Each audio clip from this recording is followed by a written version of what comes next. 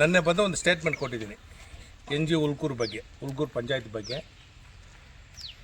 ಒಂದು ಕಾಂಟ್ರಾಕ್ಟ್ ಅವರು national highway ಅಥಾರಿಟಿಯಿಂದ ಅವ್ರದ್ದು ಒಂದು ದೊಡ್ಡ ಕಾಂಟ್ರಾಕ್ಟ್ ಅವರು ಬಂದು ಎನ್ ಜಿ ಉಲ್ಕೂರು ಕಡೆಯಿಂದ ಪರ್ಮಿಷನ್ ತಗೊಂಡಿದ್ದಾರೆ. ಯಾವತ್ತು ತಗೊಂಡಿದ್ದಾರೆ ಪರ್ಮಿಷನು? ಇಲ್ಲಿ ಲೆಟ್ರ್ ಇದೆ.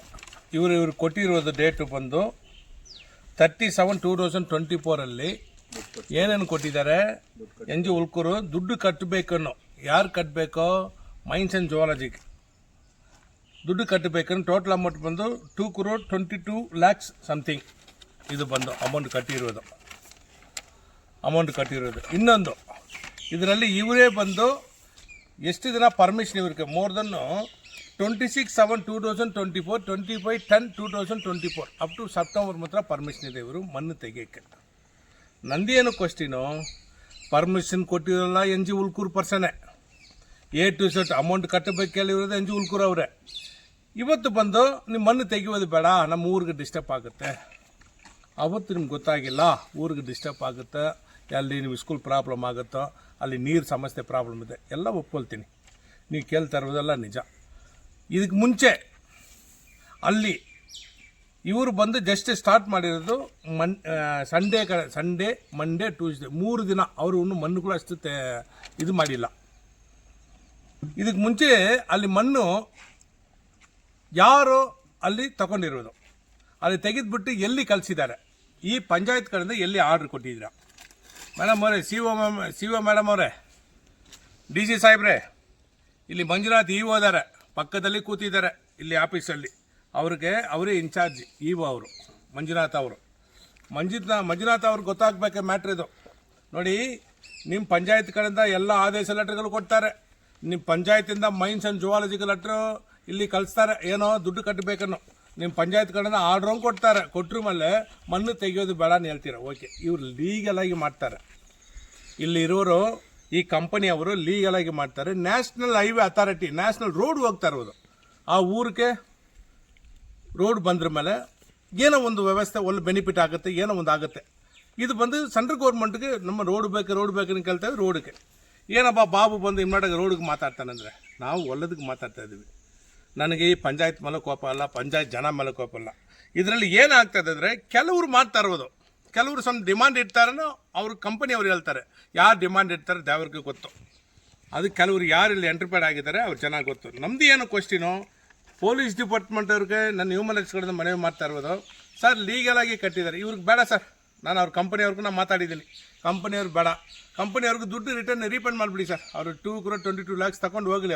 ಅವ್ನು ಹೋಗ್ಬಿಟ್ಟು ಅವ್ನು ಲ್ಯಾಂಡ್ ತಗೊಂಡು ಅಲ್ಲಿ ಮಣ್ಣು ಅಲ್ಲಿ ಓನ್ ಲ್ಯಾಂಡಲ್ಲಿ ತಗೊಂಡು ಮಾಡ್ಕೊಳ್ಳಿ.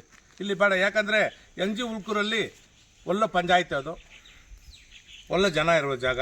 ಅಲ್ಲಿ ಯಾಕೆ ಅವರು ಹೋಗ್ಬಿಟ್ಟು ಮಣ್ಣು ತೆಗೆದ್ಬಿಟ್ಟು ಡಿಸ್ಟರ್ಬ್ ಮಾಡೋದು? ಯಾಕಂದರೆ ಇದಕ್ಕೆ ಮುಂಚೆ ನಾನು ಹೋಗಿರೋದು ಜಾಗ ನೋಡಿದ್ದೀನಿ, ನಿಮ್ಗೆ ಆಲ್ರೆಡಿ ಮೀಡಿಯಾದಲ್ಲಿ ತೋರಿಸಿದ್ದೀವಿ.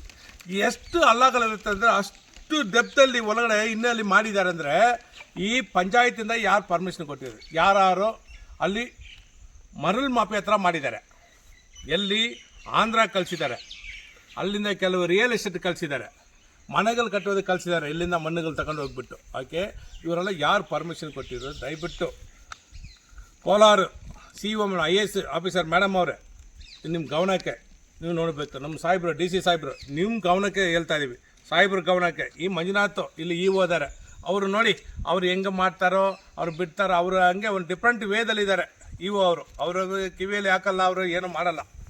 ಎಷ್ಟೋ ಸಲ ಹೇಳಿದ್ದೀವಿ ಅವ್ರಿಗೇನು, ಮೇಡಮ್ ಅವ್ರು MLA ಮೇಡಮ್ ಹೇಳಿದ್ರ ಮೇಲೆ ಇಮ್ಮಿಡಿಯೇಟ್ ಆಗಿ ಸ್ಟಾಪ್ ಮಾಡೋಕ್ಕೆ ಹೇಳ್ತಾರೆ. MLA ಮೇಡಮ್ ಅವ್ರಿಗೆ ಮಾಹಿತಿಗಳು ಪಕ್ಕಾ ಕೊಟ್ಟಿಲ್ಲ. ಅವರು ಯಾವ ರೀತಿಯಲ್ಲಿ ಮಾಹಿತಿಗಳು ಕೊಡಬೇಕು, ಇಲ್ಲಿ ಏನಾಗ್ತದೆ. ಇವರು ಜಸ್ಟ್ 3 ದಿನ ಸ್ಟಾರ್ಟ್ ಮಾಡಿ, ಅದು ಗೌರ್ಮೆಂಟ್ ಇನ್ಸ್ಟ್ರಕ್ಷನ್ ಬರೋ ರಾಯಲ್ಟಿ ಕಟ್ಟಿದ್ದಾರೆ. ರಾಯಲ್ಟಿ ಕಟ್ಟಿದ್ರ ಮೇಲೆ ಇವ್ರು ಮನೆ ತೆಗೆಗೆ ಹೋಗ್ತಾರೆ. ಇದಕ್ಕೆ ಮುಂಚೆ ಅದು ಎನ್ ಜಿ ಉಲ್ಕೂರಲ್ಲಿ ಎಷ್ಟು ಅಲ್ಲಗಳು ಮಣ್ಣು ತೆಗಿದ್ದಾರೆ, ಅವರೆಲ್ಲ ಏನು ಕಂಡು ಹಿಡಬೇಕಲ್ಲ. ಪಂಚಾಯತ್ ಅವ್ರ ಮೇಲೆ ಕೇಸ್ ಫೈಲ್ ಮಾಡಬೇಕಲ್ಲ, ಇ ಒ ಮಾಡಬೇಕಲ್ಲ, ZP ಮಾಡಬೇಕಲ್ಲ. ಯಾಕೆ ಮಾಡಲ್ಲ ಅವರು? ನನ್ನ ಕ್ವಶನ್ ಇಷ್ಟೇ, ಅವ್ರ ಮೇಲೆ ಕೇಸ್ ಫೈಲ್ ಮಾಡಿ. ಎಷ್ಟು ಜನ ಮಣ್ಣು ಇಲೀಗಲಾಗಿ ತೊಗೊಂಡಿದ್ದಾರೆ, ಅವ್ರ ಮೇಲೆ ಕೇಸ್ ಫೈಲ್ ಮಾಡಬೇಕಲ್ಲ. ಯಾಕೆ ಮಾಡಲ್ಲ? ಇವ್ರು ಲೀಗಲಾಗಿ ಮಾಡ್ತಾರಪ್ಪ. ಏನೋ ಒಂದು ಕಂಪನಿಯವರು ನ್ಯಾಷನಲ್ ಹೈವೇಗೆ ಮಣ್ಣು ಇದು ಮಾಡೋಕ್ಕೆ ಮಾಡ್ತಾರೆ. ಅಂದರೆ ಅವರು ಡಿಸ್ಟರ್ಬ್ ಮಾಡೋದು, ಅವ್ರ ಹತ್ರ ದುಡ್ಡು ಕೇಳುವುದು, ದುಡ್ಡು ಕೊಟ್ಟಿಲ್ಲ ಅಂದರೆ ಹೋರಾಟ ಮಾಡೋದು, ಇದೆಲ್ಲ ಚೆನ್ನಾಗಿಲ್ಲ. ಯಾಕಂದರೆ ಈ ಕಾಲದಲ್ಲಿ ಹಿಂಗೆಲ್ಲ ಮಾಡೋದು ತಪ್ಪು. ಕೂತ್ಕೊಂಡು ಮಾತಾಡಿ. ಸಪೋಸ್ ನಿಮ್ಮ ಪಂಚಾಯತ್ ಅವ್ರಿಗೆ ಬೇಡ ಅಂದರೆ ಅವರ ಅಮೌಂಟು ನೀವು ರೆಕಮೆಂಡ್ ಮಾಡಿ. ಅವ್ರ ಅಮೌಂಟು 2,20 lakhs ನಿಮ್ಮ ಹತ್ರ ಇದೆ, ಅದಕ್ಕೆ ಕೊಡೋಕ್ಕೆ ತಗೊಂಡು ಹೋಗ್ತಾರೆ. ಬೇಡ ಇದರಲ್ಲಿ ಮಣ್ಣು ತೆಗೆಯೋದೇ ಬೇಡ. ದಯವಿಟ್ಟು ನನ್ನ ಮುಖಾಂತರ ಕೇಳ್ತಾ ಇರೋದು, ಆಲ್ ಗೌರ್ಮೆಂಟ್ ಆಫೀಸಲ್ಲೂ ಅವ್ರ ಅಮೌಂಟ್ ರೀಫಂಡ್ ಮಾಡಿಬಿಡಿ. ಆ ರಾಯಲ್ಟಿ ಕಟ್ಟಿದರೆ ರೀಫಂಡ್ ಮಾಡಿಬಿಡಿ. ನಿಮ್ಮ ತಂಟಕ್ಕೆ ಬರಲ್ಲ. ನೀವು ಎಷ್ಟು ಬೇಕಂದ್ರೆ ಮಣ್ಣು ನೋಡಿ, ಇದು ಮುಂಚೆ ಎಷ್ಟು ಮಾಡಿದ್ದಾರೆ. ಅವತ್ತು ಸ್ಕೂಲ್ ಪ್ರಾಬ್ಲಮ್ ಆಗಲ್ಲ, ಅವತ್ತು ವಾಟರ್ ಪ್ರಾಬ್ಲಮ್ ಸಮಸ್ಯೆ ಬಂದಿಲ್ಲ, ಇವ್ರಿಗೆ ಎಲ್ಲ ಬಂದಿರುತ್ತಲ್ಲ. ಅವತ್ತು ಮಾತ್ರ ಸುಮ್ಮನೆ ಇದ್ರೆ ಯಾರೋ ಒಬ್ಬನು ಬಂದು ನ್ಯಾಷನಲ್ ಹೈವೇಗೆ ಮಣ್ಣು ತೆಗಿಯೋಕ್ಕೆ ಬರ್ತಾರಂದರೆ ಇವತ್ತು ಬಂದು ಪ್ರಾಬ್ಲಮ್ ಮಾಡ್ತಾರೆ ಅಂದರೆ ಯಾವ ರೀತಿಯಲ್ಲಿ ನ್ಯಾಯ ಅದು? ಹಾಗಂದರೆ ಇದ್ರ ಇನ್ನರಲ್ಲಿ ಏನೋ ಒಂದು ಇದೆ, ಸಮಥಿಂಗ್ ಏನೋ ಇವ್ರ ಕಡೆಯಿಂದ ಕಾಂಟ್ರಾಕ್ಟ್ ಪರ್ಸನ್ ಕಡೆಯಿಂದ ಇವ್ರಿಗೇನು ಮಿಸ್ಅಂಡರ್ಸ್ಟ್ಯಾಂಡಿಂಗ್ ಆಗಿರುತ್ತೆ, ಇವ್ರೇನು ಕೊಟ್ಟಿಲ್ಲ ಹಂಗಂದ್ರೆ ಪ್ರಾಬ್ಲಮ್ ಮಾಡ್ತಾರೆ. ಇಷ್ಟೇ ನನ್ನ ಮನಸ್ಸಿಗೆ ಬಂದಿರೋದು. ಅದು ಏನು ನಿಜ ಅಂಶ ನನಗೆ ಐಡಿಯಾ ಇಲ್ಲ. ದಯವಿಟ್ಟು ನಮ್ಮ ಕಡೆಯಿಂದ ಹೇಳ್ತಾ ಇರೋದು, ಇದು ರೀಫಂಡ್ ಮಾಡಿಬಿಡ್ಬೇಕು ಅಂತ ಹೇಳ್ತಾ ಇದ್ದೀವಿ.